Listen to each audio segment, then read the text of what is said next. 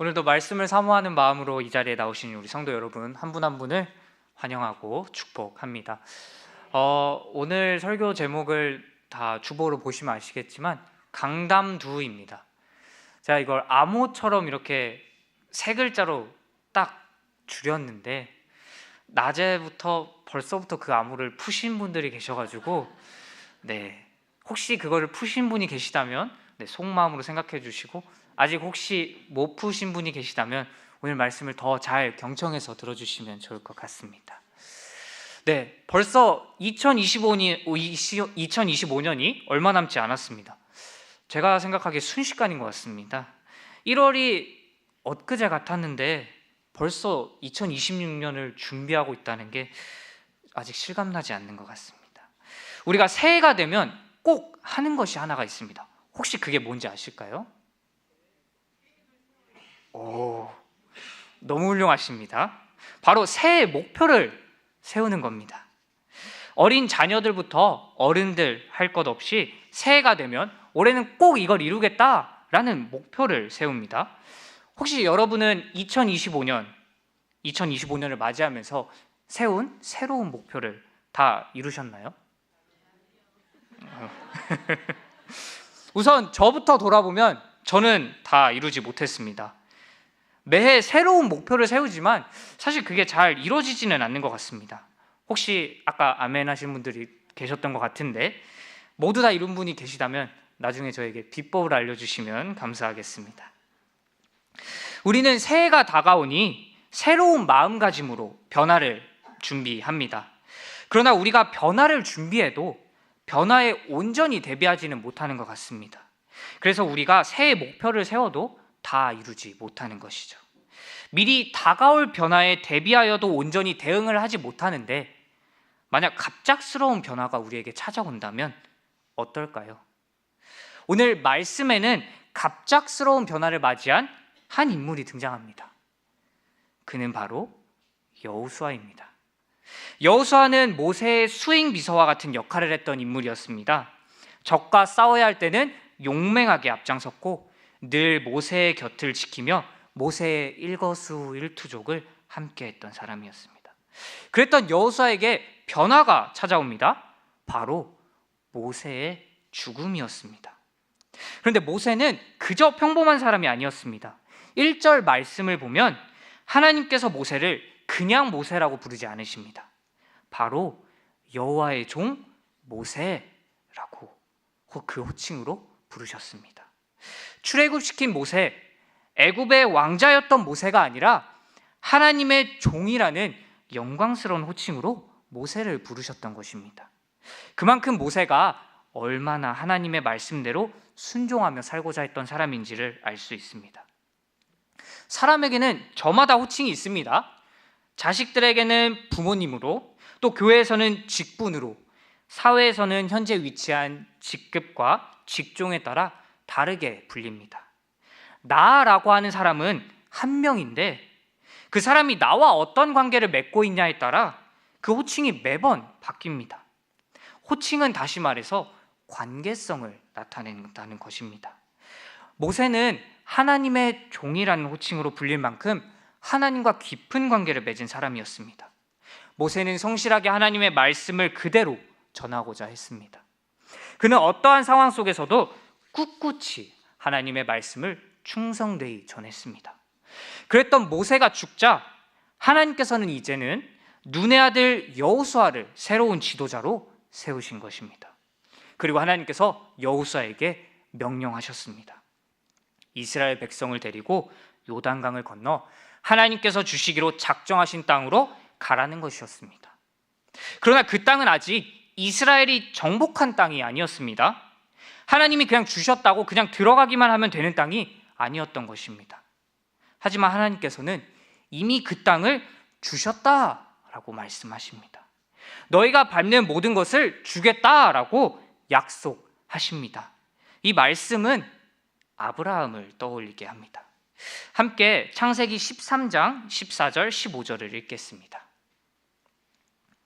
롯이 아브라함을 떠난 후에 여호와께서 아브라함에게 이르시되 너는 눈을 들어 너 있는 곳에서 북쪽과 남쪽 그리고 동쪽과 서쪽을 바라보라. 보이는 땅을 내가 너와 내 자손에게 주리니 영원히 이르리라. 아멘. 하나님께서 아브라함에게 고향을 떠나 약속의 땅으로 가라고 말씀하셨습니다. 아브라함에게는 이것이 새로운 도전과 변화였지만 이것은 하나님께서 아브라함에게 복을 주시기 위한 그 계획의 시작이었습니다. 아브라함은 하나님의 말씀대로 순종하여 그 복을 취합니다. 그리고 이제 이 말씀이 이스라엘에게도 흘러간 것입니다. 이스라엘에게 복을 주시기 위해 하나님께서 일하기 시작하셨습니다.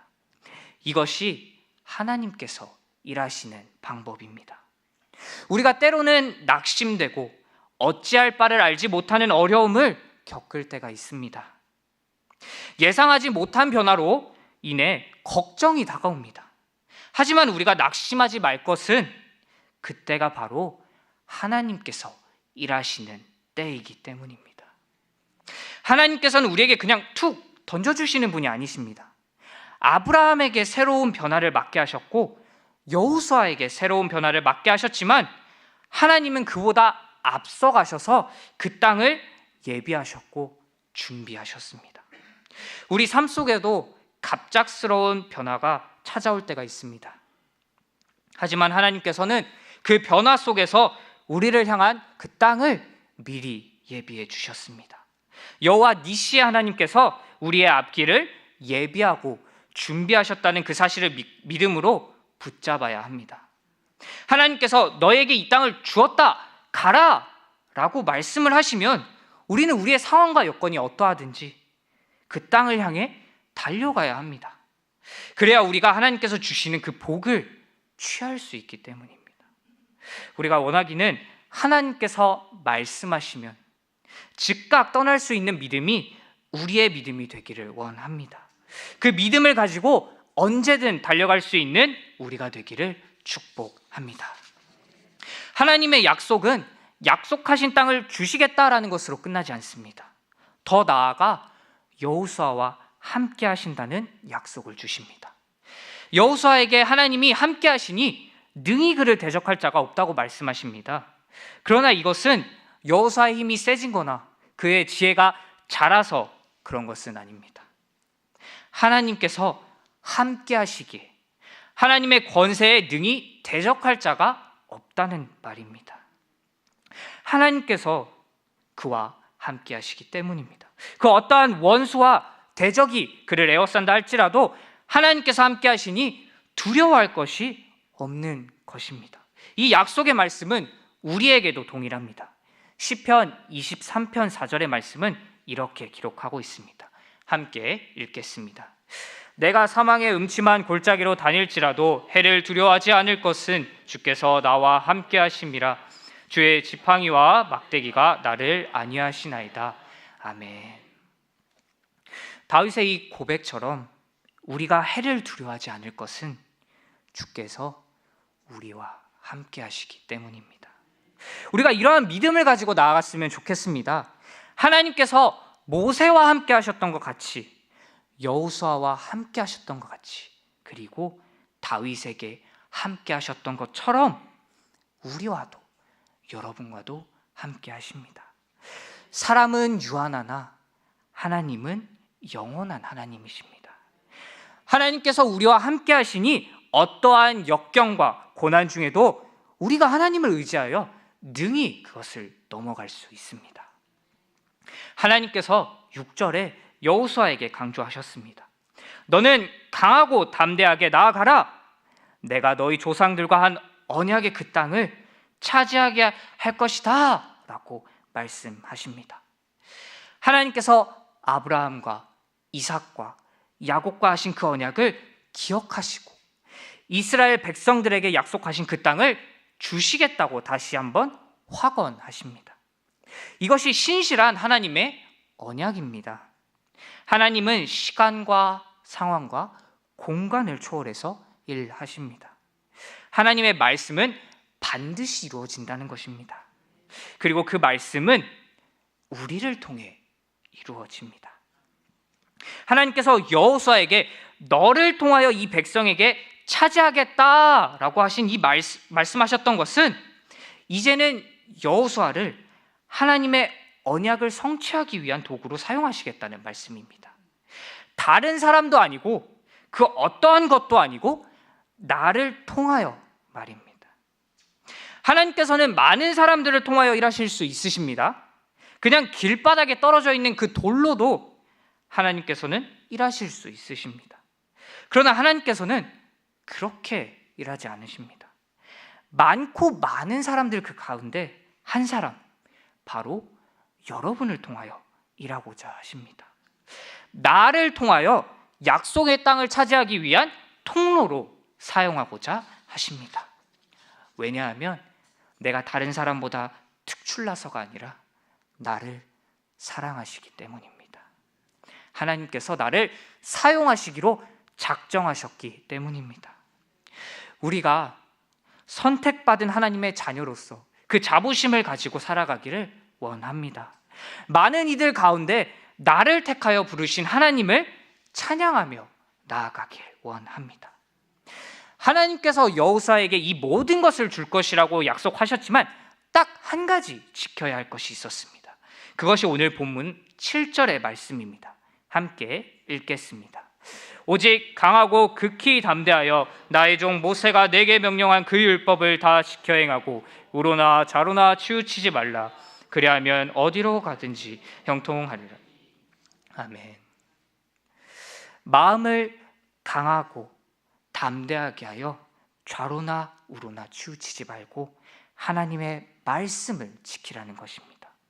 여기서 중요한 것은 마음을 강하고 담대하게 하라입니다. 하나님의 말씀을 지키기 위해서 우리는 마음을 강하고 담대하게 해야 합니다. 그냥 말씀을 들으면 되겠지라는 그 막연한 생각을 한다면 그것은 마치 말씀을 돌밭, 가시밭, 길가에 뿌려진 것과 같습니다. 하나님의 말씀대로 지키기 위해서는 우리는 끊임없이 몸부림쳐야 합니다. 우리가 이 부분을 놓친다면 내가 하나님의 말씀대로 분명 잘 살고 있는데 왜 이러지? 라는 의문이 생기게 됩니다.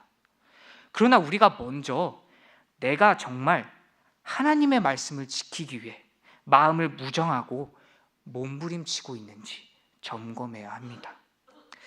우리가 정말로 하나님의 말씀을 지키기 위해 몸부림치며 나아갈 때 하나님께서 형통으로 우리의 삶을 채워주실 것입니다. 세상은 우리가 하나님의 말씀을 지키지 못하도록 하기에 너무나 잘 되어 있습니다. 주말이 되면 각종 재밌는 행사와 이벤트가 열립니다. 특히 주일이 되면 놀 것도 많고 볼 것도 많습니다. 그러나 우리는 이 모든 것보다 더 중요한 것이 하나님의 말씀인 것을 알기에 이 자리에 나와왔습니다.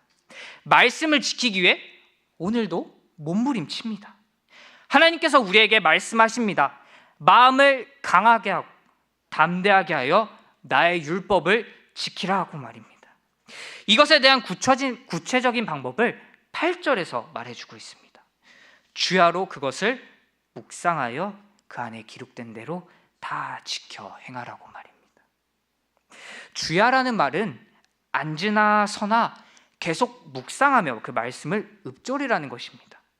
우리가 성경을 읽는 것을 습관화하지 않고 계속 암송하고 읊조리지 않으면 우리 입에서 언제든지 쉽게 말씀이 떠날 수 있습니다.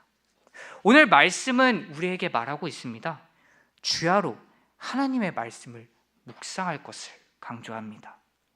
우리가 들은 말씀을 생각하고 묵상하고 계속 두드려야 합니다. 하나님께서 주시는 말씀을 계속 씹고 맛보면서 묵상해야 합니다. 마치 사자가 먹이를 물면 놓치지 않듯 우리는 말씀을 사모하며 붙잡아야 합니다. 하나님께서 예배를 통하여 기도를 통하여 우리에게 주시는 말씀들이 있습니다. 그때 우리가 그 말씀을 그냥 한번 아멘 하고 끝나는 것이 아니라 주시는 말씀을 계속 붙잡아야 합니다. 그 말씀을 붙잡고 한 주를 살아가고 한 해를 살아가고 일평생을 살아가며 계속 씹고 나아가는 것이 주야로 하나님의 말씀을 묵상하는 것입니다. 껌을 씹으면 언젠가는 단물이 빠집니다. 사골로 국을 끓이면 그 사골도 언젠가는 버립니다. 하지만 하나님의 말씀은 그렇지 않습니다. 하나님의 말씀은 꿀보다 달고 깊이 이해할수록 신비로운 진리의 말씀입니다. 우리가 정말로 나에게 주시는 그 말씀을 붙잡으며 주야로 묵상하며 나아가길 원합니다. 하나님의 말씀에 순종하여 하나님께서 주시는 형통과 평탄을 경험하길 축복합니다.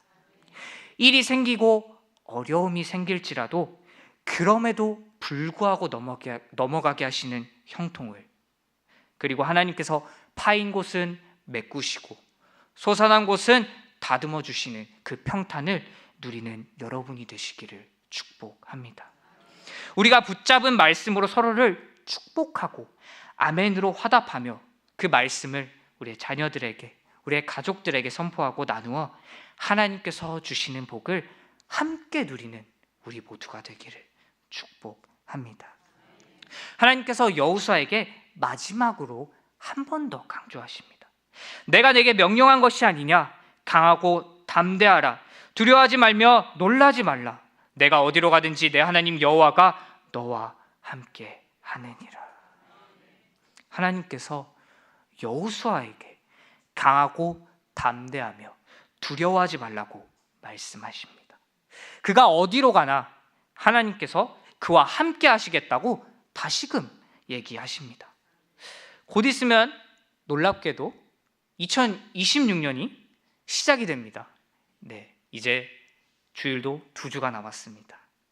2025년이 시작된 지 얼마 되지 않은 것 같은데 벌써 새해를 맞이한다는 것이 저는 개인적으로 아쉽기도 하고, 또 이렇게 시간이 빨리 지났나 놀랍기도 했습니다. 성도 여러분, 혹시 새해를 앞두고 어떠한 목표를 가지고 계신가요? 새해를 앞두고 어떠한 변화를 마주하고 계신가요? 저마다 다른 계획을 가지고 있지만 우리 모두 한 가지 공통점이 있습니다. 바로 변화를 겪을 것이라는 겁니다. 새로운 곳으로 이동하는 분들도 계실 거고, 또 새로운 일을 준비하는 분들도 계십니다. 그리고 당장 내일이라는 새로운 날도 맞이합니다. 변화라는 단어는 설레기도 하지만 우리에게 두려움과 걱정을 주기도 합니다. 실패하면 어떡할지, 잘 적응할 수는 있을지, 그리고 막연하게 그냥 모른다는 두려움이 우리에게 다가옵니다. 변화는 우리의 마음을 들었다 놨다 합니다. 제가 영광의 훈장, 그냥 제 스스로 생각하는 건데, 사람들이 인정해 주는 것은 아닌데 뿌듯하게 하나 여기는 것이 있습니다. 그것이 혹시 무엇인지 짐작이 되실까요? 바로 등본에 나온 주소록입니다. 네, 독특하죠? 등본에 이전에 어디서 살았는지 이전 주소를 표시할 수 있는 항목이 있습니다. 한 번 이사를 하면 2번, 그리고 2번 이사를 하면 3번까지 기록이 됩니다. 그런데 저는 혹시 몇 번까지 적혀 있는지 예상이 되실까요?